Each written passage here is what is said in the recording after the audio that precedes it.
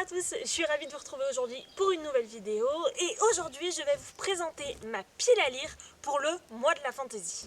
Alors qu'est-ce que c'est que le mois de la fantaisie? Il s'agit d'un challenge littéraire proposé par Stéphanie de la chaîne Piketty Bookin et le but en fait c'est de lire des livres de fantaisie pendant tout le mois de mai.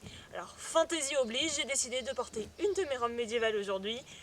Parce que je dois vous avouer qu'avec les événements annulés et la situation sanitaire, j'ai pas beaucoup l'occasion de les sortir. Cette année, Stéphanie nous a concocté 3 menus et 12 sous-catégories pour classifier nos lectures. On va commencer tout de suite. Le premier menu s'appelle Bien au chaud dans notre monde et pour la première sous-catégorie appelée nous avons appris, il faut lire un livre d'apprentissage ou alors où il y a une école, une formation, etc. Et j'ai choisi de lire le premier tome de la saga L'épée de vérité de Terry Goodking qui s'appelle La première leçon du sorcier. Donc moi j'avais vu la série adaptée de ce livre il y a très longtemps et en fait dans cette histoire on va suivre Richard, un jeune homme qui vit dans un village avec son père et un jour une jeune fille appelée Callan va débouler chez lui et à partir de ce moment-là il va arriver plein de choses à ce jeune garçon qui en fait va lui... On va lui attribuer une mission et son but ça va être d'aller combattre le grand méchant qui s'appelle Darkenral.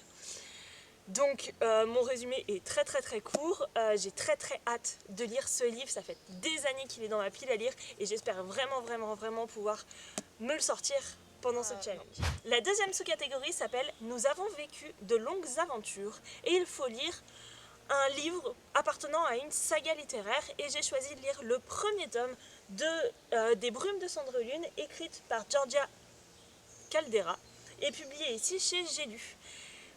Je dois vous avouer que je ne sais rien du tout de cette histoire et je n'ai absolument pas envie de relire le résumé pour la simple et bonne raison que j'ai envie de me plonger dans cette histoire la tête dedans. Et voilà, j'ai vraiment envie de découvrir l'histoire en la lisant et je ne veux pas me spoiler. Par contre, si le résumé vous intéresse, je vous mets bien évidemment toutes les infos en barre d'infos. La troisième sous-catégorie de ce challenge s'appelle Nous avons rencontré des gens exceptionnels et il s'agira donc de parler de magie ou de sorcellerie. Et j'ai choisi le deuxième tome de la saga des Faucons de Ravera écrite par Melissa Caruso.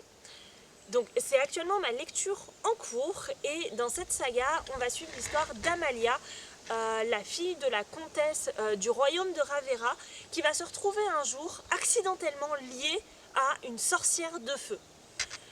À partir de ce moment-là, elles vont se retrouver impliquées dans beaucoup d'intrigues politiques et elles vont devoir faire face à tout ça, sachant que au début de l'histoire, elles ne s'entendent pas du tout. Donc c'est vraiment pas gagné d'avance. C'est une saga que j'aime beaucoup parce que il y a énormément de rebondissements, énormément d'intrigues. Je trouve l'ensemble très bien ficelé. Et là, j'avoue que je suis à la moitié du livre et je pense qu'il va vraiment pas faire long feu parce que je suis à fond dans l'histoire et c'est vraiment génial. La dernière sous-catégorie de ce menu s'appelle Nous avons découvert que nous avions un destin. Et là, il faut donc parler de personnes élues ou d'une quête. Et j'ai donc choisi de débuter la saga de l'épopée de Xylara d'Elisabeth Vaughan. Et dans cette histoire, si j'ai bien compris, on va parler de Xylara qui, pour essayer de sauver son royaume qui est en guerre depuis des années, va accepter d'être vendue en esclave au royaume d'en face. Il me semble que c'est quelque chose comme ça. Ça m'intrigue beaucoup et j'en ai pas beaucoup entendu parler. La trilogie est déjà sortie, moi j'ai les 3 tomes qui m'attendent dans ma pile à lire. Et j'ai très hâte de commencer du coup cette saga pour voir où est-ce que ça va nous emmener. Le deuxième menu de ce challenge s'appelle Nous traversons la forêt et la première sous-catégorie et nous commençons le périple et là il faut parler de voyage. J'ai donc choisi le premier tome de la saga des Prélats de Phanéas écrit par C. Abécassis Wegel, je suis désolée si j'écorche le nom.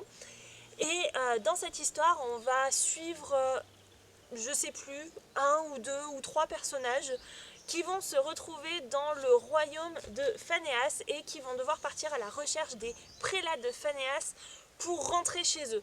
Je crois que Il y a quelque chose comme ça. Encore une fois, je ne l'ai pas encore lu, donc je ne suis vraiment pas sûre de quoi ça parle. Mais c'est un livre qui m'avait été offert par ma grande sœur il y a quelques années.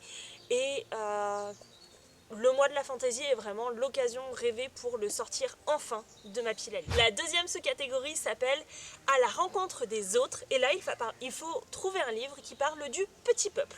Je vais donc lire Kursk la rebelle de Thomas Wheeler et Frank Miller.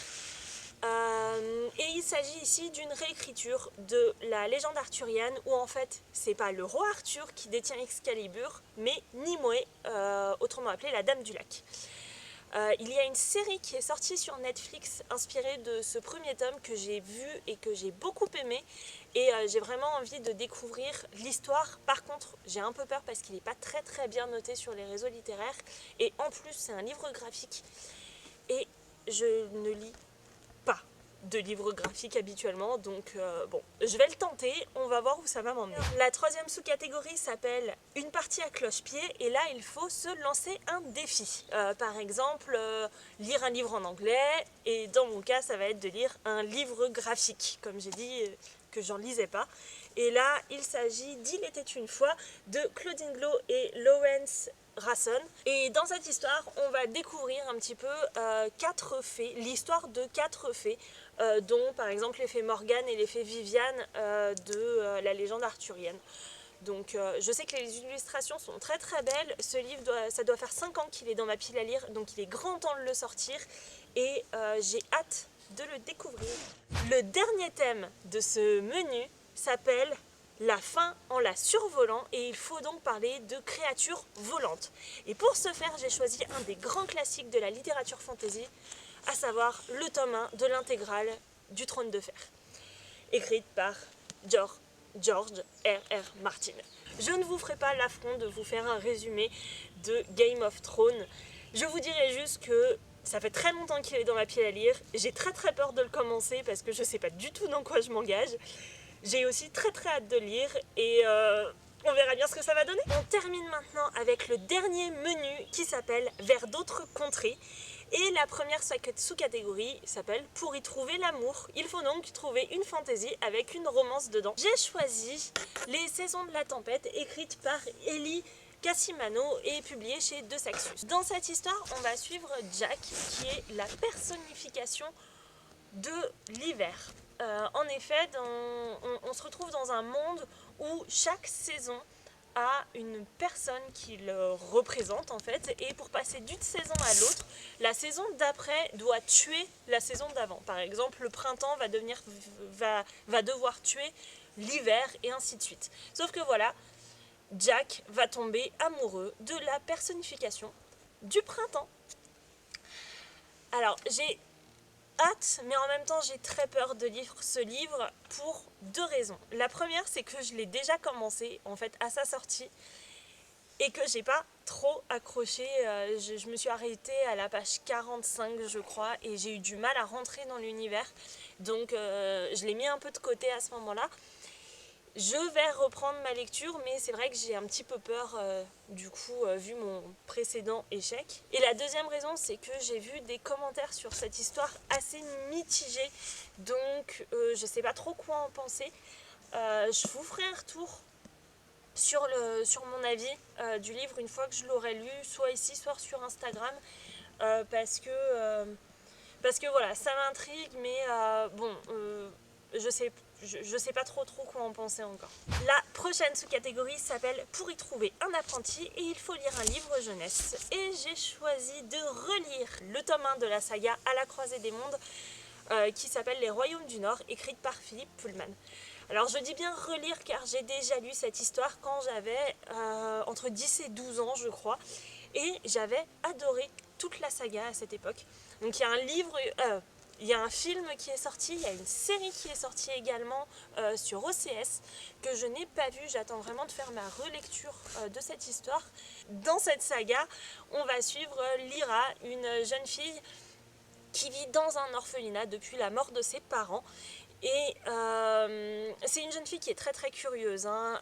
Elle passe beaucoup de temps à espionner les grands maîtres de son orphelinat et son oncle quand il vient la voir, et elle entend souvent son oncle parler de poussière, etc. sans trop savoir ce que c'est. Et ça l'intrigue énormément. Mais le jour où sa vie va vraiment basculer, c'est le jour où Roger, son meilleur ami, va disparaître. J'ai vraiment trop hâte de relire ce livre et je pense d'ailleurs que ça va être ma prochaine lecture parce que j'ai vraiment envie de me replonger dans cet univers. Et ce qui m'intéresse vraiment dans cette saga, c'est que j'ai lu à plusieurs reprises qu'on pouvait vraiment avoir plusieurs lectures de cette histoire.